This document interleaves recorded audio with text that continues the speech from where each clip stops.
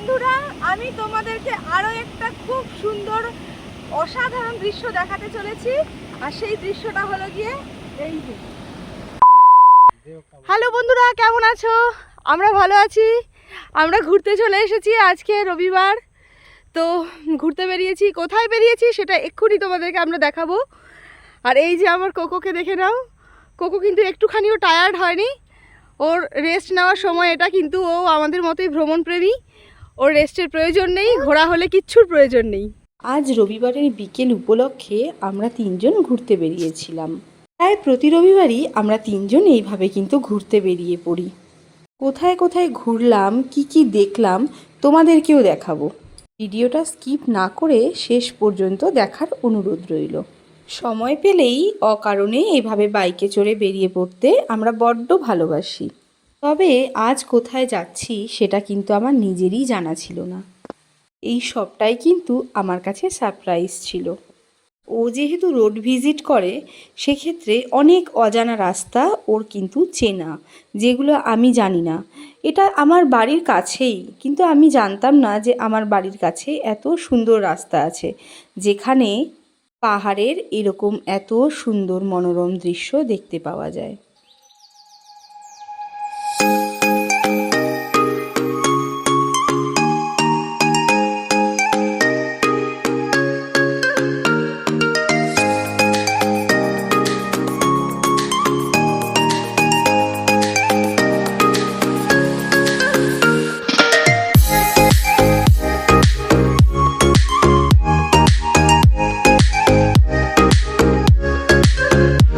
দূরে দেখো, ওই যে পাহাড়গুলো দেখা যাচ্ছে, কি সুন্দর মেঘ ছুঁয়ে আছে।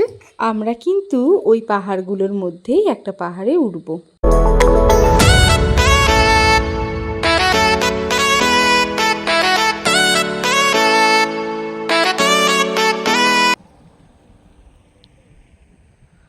কোরাপুটে এরকম অনেক জায়গা আছে যেখানে এরকম সুন্দর সুন্দর ভিউ দেখতে পাওয়া যায়।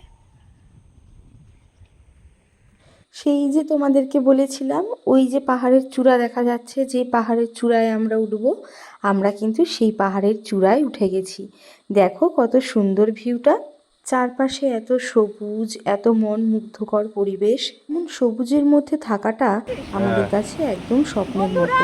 আমি তোমাদেরকে আরো একটা খুব সুন্দর অসাধারণ দৃশ্য দেখাতে চলেছি। আর সেই দৃশ্যটা হলো গিয়ে এই যে।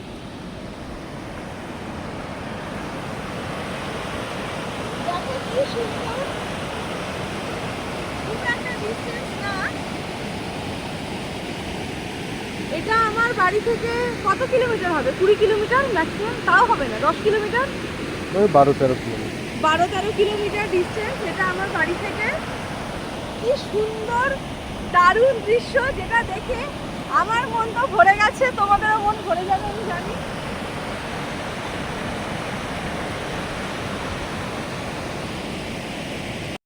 এটা তো তোমরা একটা সাইড দেখতে পেলে, আর ঠিক তার অপোজিট সাইড হচ্ছে এই যে দেখো।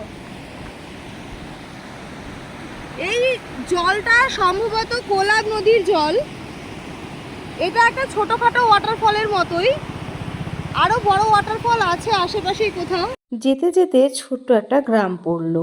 এরপর তেঁতুল বন পেরিয়ে পাহাড়ের আরও সুন্দর দৃশ্য দেখতে দেখতে আমরা বাড়ির পথে ফিরলাম। কোরাপুটে কাজু বাদামের সঙ্গে সঙ্গে খুব ভালো তেঁতুল চাষ হয়। আমি তোমাদেরকে কোনোদিন সময় করে দেখাবো কত সুন্দর এখানে তেঁতুল চাষ হয়। যেহেতু সন্ধ্যা হয়ে আসছিল আর কোকো আমাদের সঙ্গে ছিল, তাই তাড়াতাড়ি বাড়িতে তো ফিরতেই হবে। আর ওইদিকে দেখো কত সুন্দর ধান ঝাড়াই হচ্ছে। গ্রামেগঞ্জে এই সমস্ত দৃশ্যগুলো কিন্তু আমাদেরকে মুগ্ধ করে দেয়। কোরাপুটে ঘুরতে আসলে অবশ্যই আমার বাড়িতে তোমরা ঘুরতে এসো। আমাদের ভিডিও তোমাদের কেমন লাগছে সেটা কিন্তু অবশ্যই জানিও। ভালো লাগলে একটি লাইক করে দিও। দেখা হচ্ছে পরবর্তী ভিডিওয়ে।